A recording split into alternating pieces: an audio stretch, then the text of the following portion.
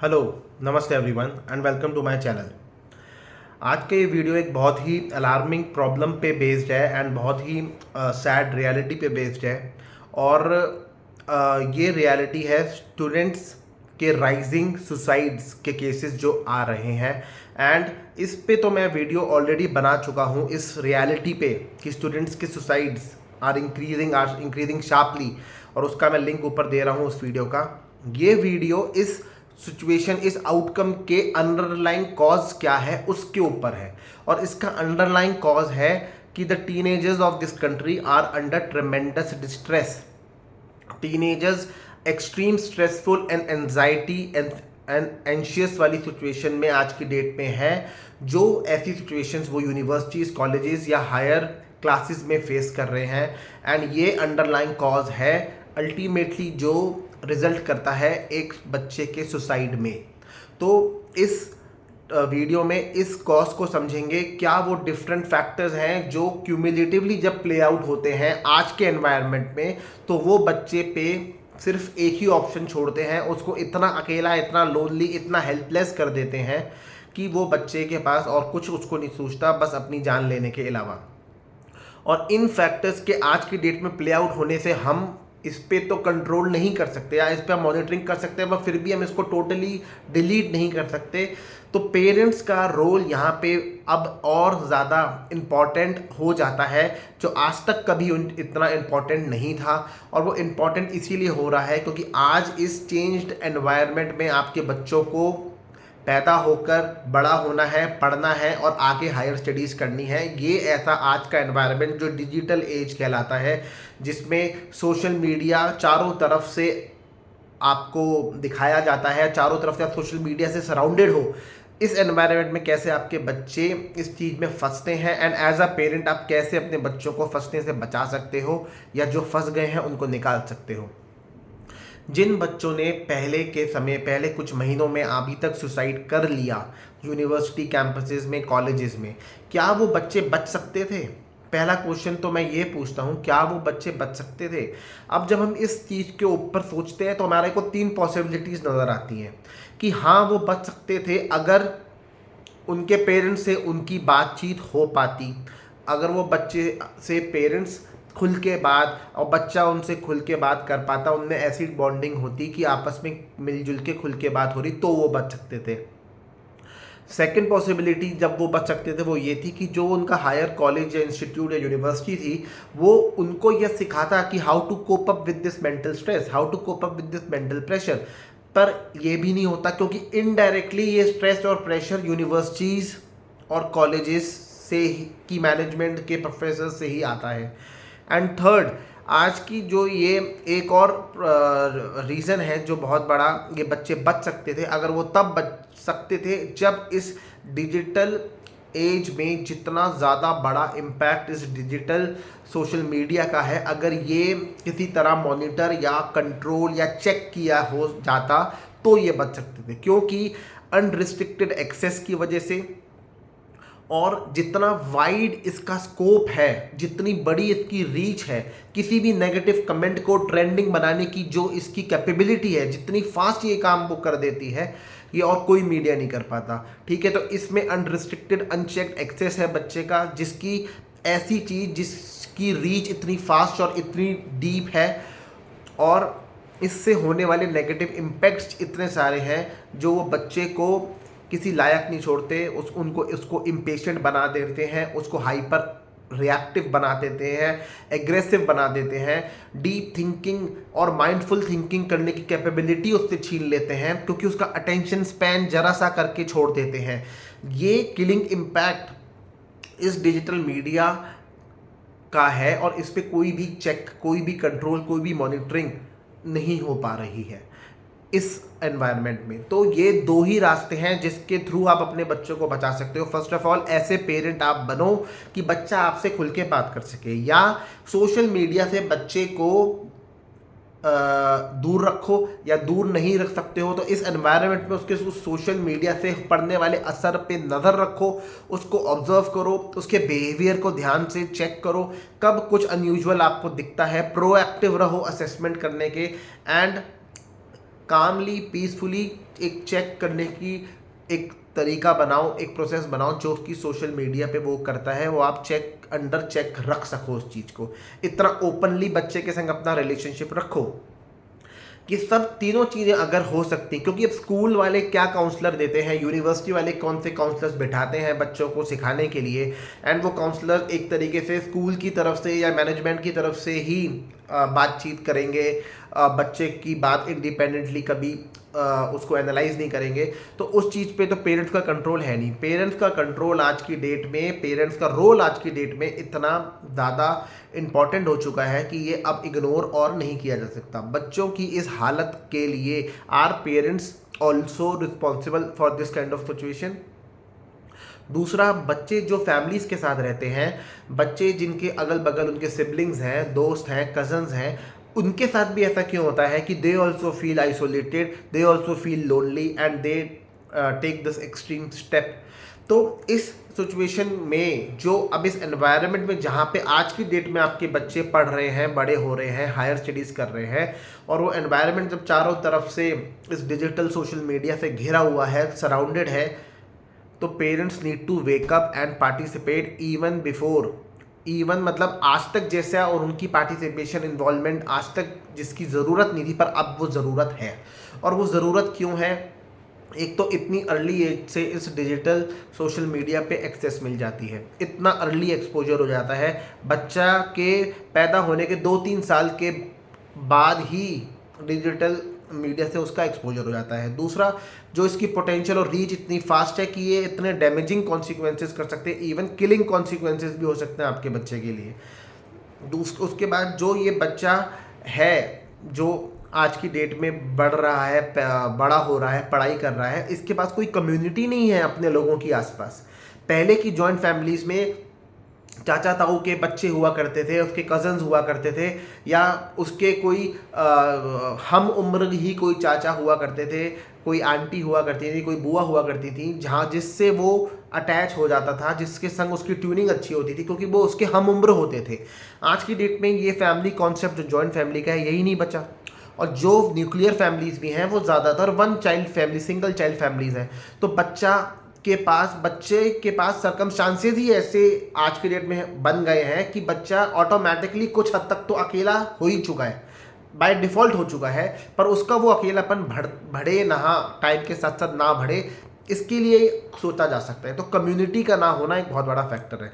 दूसरा, जो इसके इम्पैक्ट हो रहे हैं डिजिटल मीडिया के, जो नेगेटिव इम्पैक्ट हो रहे हैं, अटेंशन स्पैन का कम हो जाना, हाइपर रिएक्टिव हो जाना, इम्पेशेंट हो जाना, एग्रेसिव हो जाना, बच्चा माइंडफुल थिंकिंग, डीप थिंकिंग करने की सिचुएशन में आज की डेट में है ही नहीं।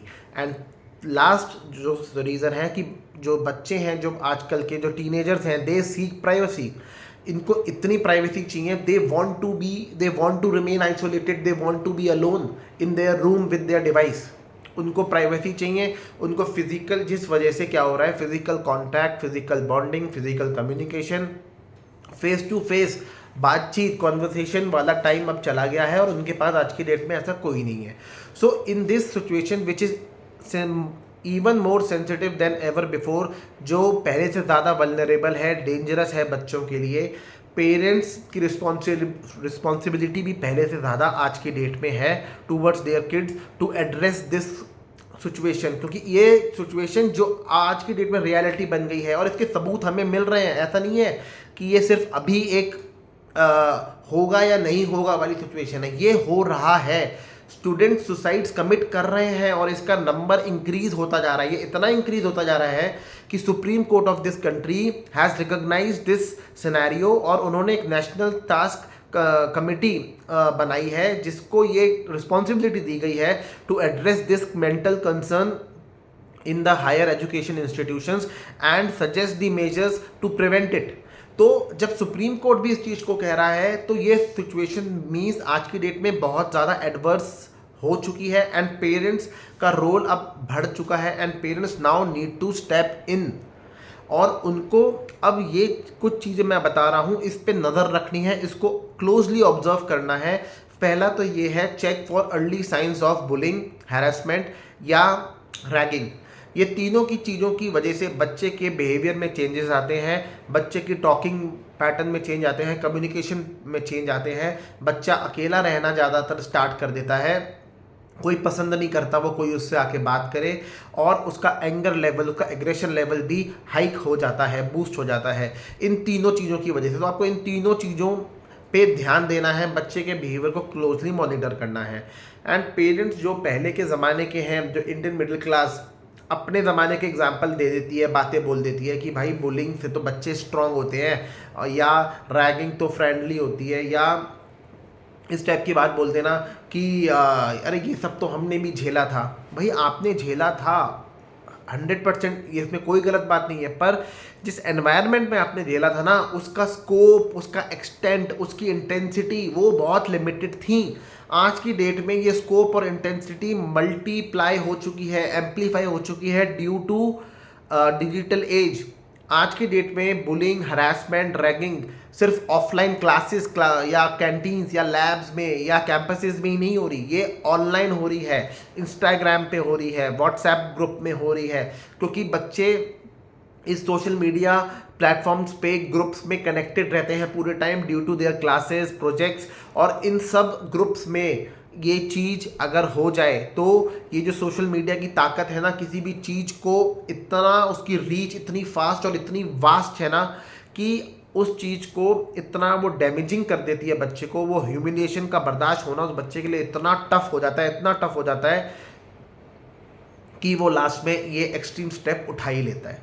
तो प्लीज़ इस चीज़ को समझिए एंड इस चीज़ पे ध्यान दीजिए बच्चों, और अपना ये रॉन्ग बिलीफ सिस्टम को क्रश करिए कि भाई ये तो सबके साथ होता है, हमने भी तो ये झेला था, या इससे स्ट्रांग बनते हैं। आज की डेट में जो एनवायरनमेंट पहले से ही इतना वल्नरेबल है, सेंसिटिव है, बच्चे अपनी सोचने समझने की शक्ति ओरिजिनल जो थी वो खो चुके हैं, उतने वो प्रोएक्टिव है ही नहीं, उतने वो डीप थिंकर्स आज की डेट में है ही नहीं, उतनी किसी चीज़ को डीपली माइंडफुली एनालाइज करने की कैपेबिलिटी उनमें है ही नहीं, पेशेंस ही नहीं है। तो हम इस चीज़ को आज same to same copy paste नहीं कर सकते जैसे हम पहले कर दिया करते थे। तो आज की डेट में प्रॉब्लम ये है कि जो जितने भी मैक्सिमम टीनेजर्स हैं या ये यंगर पीपल हैं, they do not find anyone to talk जिनसे वो खुल के अपनी बात कर सकें इन दैट एक्सट्रीम मोमेंट। दूसरा जो पॉइंट है, पेरेंट्स को they have to become more and more trustworthy, they have to win the trust of their kids so that they can rely on them blindly. Parents को वो कंधा बनना है जिस पे सिर रख के बच्चा चैन से रो सके और अपने दिल को हल्का कर सके, ऐसा कंधा बनना है। और आज की डेट में ये बहुत ज़्यादा और ज़रूरी हो गया है पेरेंट्स को, क्योंकि डिजिटल एज की वजह से ये चीज़ होने से रुक रही है।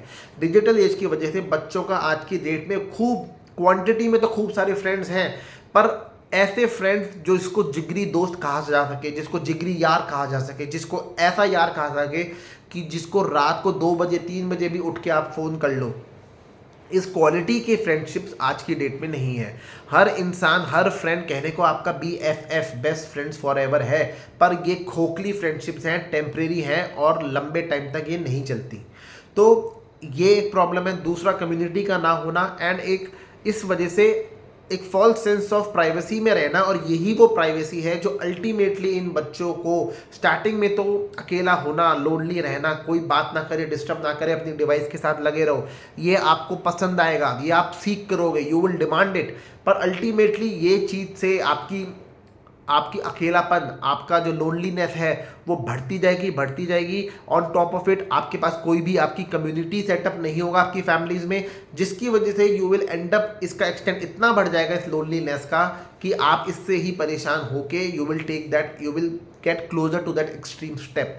इसका सॉल्यूशन ये है कि जो पेरेंट्स हैं वो दे कैन इन्वॉल्व, अगर फैमिली में कोई नहीं है तो they can involve some other trusted adult जो बच्चे से इस चीज़ के ऊपर बात कर सके, और बच्चे के संग जिसकी ट्यूरिंग अच्छी हो, भले ही वो फैमिली में कोई उनका हम उम्र कोई कज़न हो, कोई हम उम्र कोई चाचा हो, कोई आंटी हो, कोई बुआ हो, या कोई कज़न हो, या फैमिली के बाहर कोई काउंसलर हो, कंसल्टेंट हो, जिसको प्रोफेशनल बेसिस पे आप ये काम जिससे करवा सको। थर्ड वो चीज़, parents have to accept the existence of mental stress and therapy to cure it. Parents को आज की डेट में इस मेंटल स्ट्रेस को एक्सेप्ट कर लेना चाहिए कि इट एग्जिस्ट। जो भी स्ट्रेस चेहरे पे दिखे, बॉडी पे दिखे, जिसका फिजिकल ही इम्पैक्ट पड़े, सिर्फ वही चोट नहीं है, सिर्फ वही डैमेज नहीं है, डैमेज वो भी है जो दिमाग के अंदर हो रहा है। वो ऐसा डैमेज है जो दिखेगा भी नहीं और उसका इम्पैक्ट 10 टाइम्स ज़्यादा बड़ा होगा, डेंजरस होगा, क्रिटिकल होगा। पेरेंट्स को इस मेंटल स्ट्रेस के अराउंड जो अपनी पुरानी ख्याल हैं, जो पुरानी सोचें हैं, जो पुरानी मेंटालिटी है ना, उसको हटा देना चाहिए and they have to remove all kind of stigma around it. और इसके लिए उनको अपनी एक्सेप्टेंस बढ़ानी चाहिए। They need to talk to their kids more openly about it now. और अगर आपको ऐसा लगता है कि आप उस टाइप के पेरेंट नहीं हो कि आपका बच्चा आपसे खुल के बात कर सके, तो then you have need to send your kid to a counsellor, to a consultant जो प्रोफेशनली ये काम करते हैं स्ट्रेस से डील करने का, एड्रेस करने का, वंस और ट्वाइस अ मंथ। आपको ये चीज़ फिर काउंसलर के थ्रू करानी पड़ेगी। You can not rely on the school और ऑन द यूनिवर्सिटी कि वो काउंसलर जो उनके काउंसलर्स होते हैं, जो उनके पैनल पे काउंसलर्स होते हैं, वो आपके बच्चे के मेंटल स्ट्रेस को डील करेंगे। वो डील नहीं कर सकते क्योंकि इंडियन सर्कमस्टांसेस में, इंडियन एनवायरनमेंट में वो इंडिपेंडेंटली ऑपरेट ही नहीं कर सकते। क्योंकि जिस मैनेजमेंट ने उनको पैनल पे रखा है बच्चों के इस मेंटल स्ट्रेस को डील करने के लिए, अगर उसी मैनेजमेंट के अगेंस्ट वो कोई ओपिनियन दे दें, कोई डिसीजन दे दें, कोई जजमेंट दे दें, तो उनको हटा दिया जाएगा और फिर मैनेजमेंट फिर कोई ऐसा काउंसलर लाएगी जो उनके फेवर की ही बात करेगा। सो डिपेंडिंग अपॉन वो वाले काउंसलर जो स्कूल या यूनिवर्सिटीज़ दे रही हैं, वो रिलायबल ऑप्शन है ही नहीं, क्योंकि वो इंडिपेंडेंटली कभी ऑपरेट कर ही नहीं सकते इंडियन एनवायरनमेंट में। वो सिर्फ एक फॉर्मेलिटी है जो लॉज के हिसाब से आपको रखने हैं तो आपने रख लिया, पर वो फॉर्मेलिटी के अलावा और कुछ नहीं, पर्पस कभी भी वो पूरा नहीं कर सकते। फोर्थ चीज़ जो चेक होनी चाहिए, एंड पेरेंट्स को इसके लिए ज़्यादा अवेयर और ऑब्जर्व करना चाहिए कि there has to be a check on teachers and professor कि वो बच्चों को पूरी क्लास के आगे ह्यूमिलिएट ना करें, जलील ना करें बच्चों को। ये ह्यूमिलिएशन या एम्बैरेसमेंट बच्चों को तोड़ देती है, उनको इमोशनली तोड़ देती है। एंड टीचर एंड प्रोफेसर्स का जो यूनिवर्सिटी का लीगल फ्रेमवर्क है, ये फ्रेमवर्क उनको इतनी ज़्यादा पार्ट्स देता है, इतनी ज़्यादा अथॉरिटी देता है कि ये इसको सिर्फ यूज़ नहीं करते, अब्यूज़ भी करते हैं। बच्चों को इस अथॉरिटी, इस पावर से वो टॉर्चर करते हैं, स्ट्रेस में डालते हैं। उनके अगेंस्ट कोई कंप्लेन अगर बच्चा कर दे तो उस कंप्लेन को विड्रॉ करने का प्रेशर डालते हैं एंड कोई भी एक्शन उन पे नहीं होता, बिकॉज वो पावर को अब्यूज़ नहीं, वो पावर को यूज़ नहीं करते, वो अब्यूज़ करते हैं। तो कॉरस्पॉन्डिंगली कोई भी एक मॉनिटरिंग मैकेनिज्म नहीं है जो इस पावर के यूज़ को चेक कर सके। सो इस पे चेक होना ज़रूरी है। And fifth and last one वो ये है कि have a plan B for your children, have realistic goals. अपने बच्चों पे इतना प्रेशर मत डालो हर चीज़ का, do not over expect from them. उन पे करियर क्या लें, वो कौन सा एग्ज़ाम दें, उनका हायर रैंक आया कि नहीं आया, उनका किस कॉलेज में सिलेक्शन हुआ कि नहीं हुआ, इन सब चीज़ों का जो क्यूमुलेटिव आप प्रेशर डालते हो ना अपने बच्चे पे, ये बचपन से ही डल रहा है। फ्रॉम द क्लास वन एक मिडिल क्लास की फैमिली अपने बच्चे के लिए यही सोचती है कि भाई ये आगे क्या करेगा, ये आगे क्या करेगा, वो ये इसी चिंता में लगी रहती है। एंड वो प्रेशर पहले दिन से, पहली क्लास से पाइलअप होते वो स्ट्रेस अंदर दबे जा रहा है, क्योंकि वो निकल नहीं रहा, वो रिलीज़ नहीं हो रहा, वो एड्रेस नहीं हो रहा। एंड अल्टीमेटली वो एक आदत ही बन जाती है बच्चे को उतने स्ट्रेस वाले एनवायरनमेंट में रहने की। एंड ये स्ट्रेस जब एक पीक पॉइंट टच कर लेता है तो बच्चा फिर अपने आप को ख़त्म करता है। तो इतना प्रेशर अपने बच्चों पे मत डालो। आप इतना प्रेशर अपने बच्चों पे सिर्फ इसलिए डाल रहे हो because you do not have any plan B. दूसरा, पेरेंट्स का ये बिलीफ सिस्टम है, खासतौर से मिडिल क्लास पेरेंट्स का, कि ये जो उनके बच्चे हैं, their children will take them out from their misery. आप अपनी मिजरी के लिए खुद रिस्पॉन्सिबल हो, आपके बच्चे रिस्पॉन्सिबल नहीं है। इसमें से आप खुद निकल सकते हो तो निकलो, आपके बच्चों पे प्रेशर मत डालो कि वो आपको इसमें से निकाले, ऐसा नहीं होगा, ठीक है। और इस चीज़ का प्रेशर डाल के आप अपने बच्चों की लाइफ मिजरेबल बना रहे हो। अपनी मिजरी के लिए आप खुद रिस्पॉन्सिबल हो, बच्चे आपकी मिजरी के लिए रिस्पॉन्सिबल नहीं है। तो ये रॉन्ग बिलीफ सिस्टम को क्रश करो, तोड़ दो, चेंज कर दो, डिलीट कर दो, इसको आज की डेट में अप्लाई मत करो। एक बहुत ही एक्सीलेंट रियल लाइफ इंसिडेंट मैं आपको बताता हूँ जो इस चीज़ की रिगार्डिंग ही हुआ, इस चीज़ के फेवर में हुआ। कर्नाटका में एक बच्चा था जिसने 10th क्लास के बोर्ड एग्जाम दिए एंड वो 6 के 6 सब्जेक्ट्स में फेल हो गया, उसके ओवरऑल 32% आए। Then also his father gave a party and celebrated his failure and इस तरीके से सेलिब्रेट हुआ, केक कटा, पार्टी हुई, लोग आए कि जैसे कोई सक्सेस को सेलिब्रेट कर रहे हो। उस फादर का सिर्फ एक ही मोटिव था उस पार्टी को देने का या उस बच्चे के लिए, उस बच्चे के फेलियर को सेलिब्रेट करने का। वो यही था कि वो अपने बच्चे को ये कन्वे करना चाहते थे कि बच्चे, ये जो स्कोर है, this score is not an indicator of your success, this score doesn't define you, I am proud of you know matter what. ये फीलिंग, ये जज्बा, ये मैसेजिंग अगर पेरेंट्स के थ्रू बच्चों तक जाए ना, and from the very beginning जाए, तो आप खुद सोचो जो बॉन्डिंग आज की डेट में नहीं है, कम्युनिकेशन ही नहीं है, ख़त्म हो चुका है पेरेंट्स के साथ, क्या वो हो जाएगा कि नहीं होगा? क्या वो बॉन्डिंग रिक्रिएट हो जाएगी कि नहीं होगी? बचपन से ही हम अपनी बॉन्डिंग को खुद ही तोड़ने में लगे रहते हैं। अब ऐसे फादर ने जब बच्चे को ये बोल दिया कि I am proud of you know matter what, इसका ये मतलब नहीं है कि बच्चे को आगे वो पढ़ाई करने से डीमोटिवेट कर रहे हैं, पर वो कह रहे हैं पढ़ना है तो पढ़ लो, प्रेशर में आके मत पढ़ो, जीवन मरण का सवाल नहीं है ये। पढ़ो, खूब पढ़ो, मेहनत से पढ़ो, अच्छी तरह पढ़ो, पर ये चीज़, ये पढ़ाई जीवन से ऊपर नहीं है। तो ये एक इंसिडेंट था जो रियल लाइफ में हुआ, कर्नाटका में हुआ, और उनके बच्चे की 32% आने के बावजूद भी उनके फादर ने पार्टी दी, केक काटा, लोगों को बुलाया, सेलिब्रेट करा। मिडिल क्लास फैमिलीज़ जो हमारी सोसाइटीज़ का एक बहुत मेजर चंक है, वो अपने बच्चों को इस रेस में, हायर रैंक की, हायर कॉलेजेस की, अच्छे कॉलेजेस की, अच्छे ग्रेड्स की रेस में लगाए रखते हैं and they torture themselves and their kids. वो दोनों को टॉर्चर करते हैं। बचपन से ही बच्चे क्या करेगा वाली चिंता में वो पेरेंट्स लगे रहते हैं एंड बच्चा भी इसी चिंता में पागल होता रहता है बचपन से। अमीर लोग जितने भी हैं, अमीर फैमिली, रिच फैमिलीज हैं, वो अपने बच्चों की एजुकेशन, स्कूलिंग सब कराते हैं फॉरेन कंट्री में। वहाँ से वापस आके बच्चा ज्वाइन कर लेता है फैमिली बिजनेस। गरीबों के बच्चे जो होते हैं वो बहुत जल्दी पढ़ाई बेसिक ख़त्म करते हैं जो एक एलिमेंट्री लेवल की होती है एंड काम धंधे से लग जाते हैं, because they need to support their family, they need to support them self.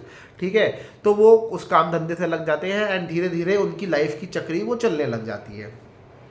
तो दोनों ही अमीर और गरीब के बच्चे इस रेस से बाहर हैं, बचे हुए हैं एंड तभी वो ओके हैं आज की डेट में। तभी वो आपको इस सुसाइड वाली जो ये ग्राफ है ना, जो इतना शार्पली इंक्रीज हो रहा है, इसमें अगर आप देखो ज़्यादातर बच्चे, मोस्ट 99% जो बच्चे हैं वो मिडिल क्लास के हैं। तो ये पूरी सिचुएशन चल रही है आज के डेट में एंड इससे निकलने के कुछ ईजी एंड प्रैक्टिकल सॉल्यूशंस अब मैं आपको देने वाला हूँ। और वो है, पहला सॉल्यूशन तो ये, set some time on daily basis for your kids.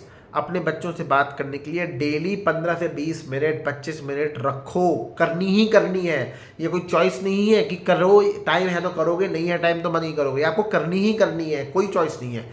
दूसरा, बच्चा अगर अपने आप को रूम में लॉक रखता है, अपने आप को अकेला रखता है, तो you need to find ways, you need to find excuses to reach out to your kids, to connect with your kid और उससे बात करने के लिए।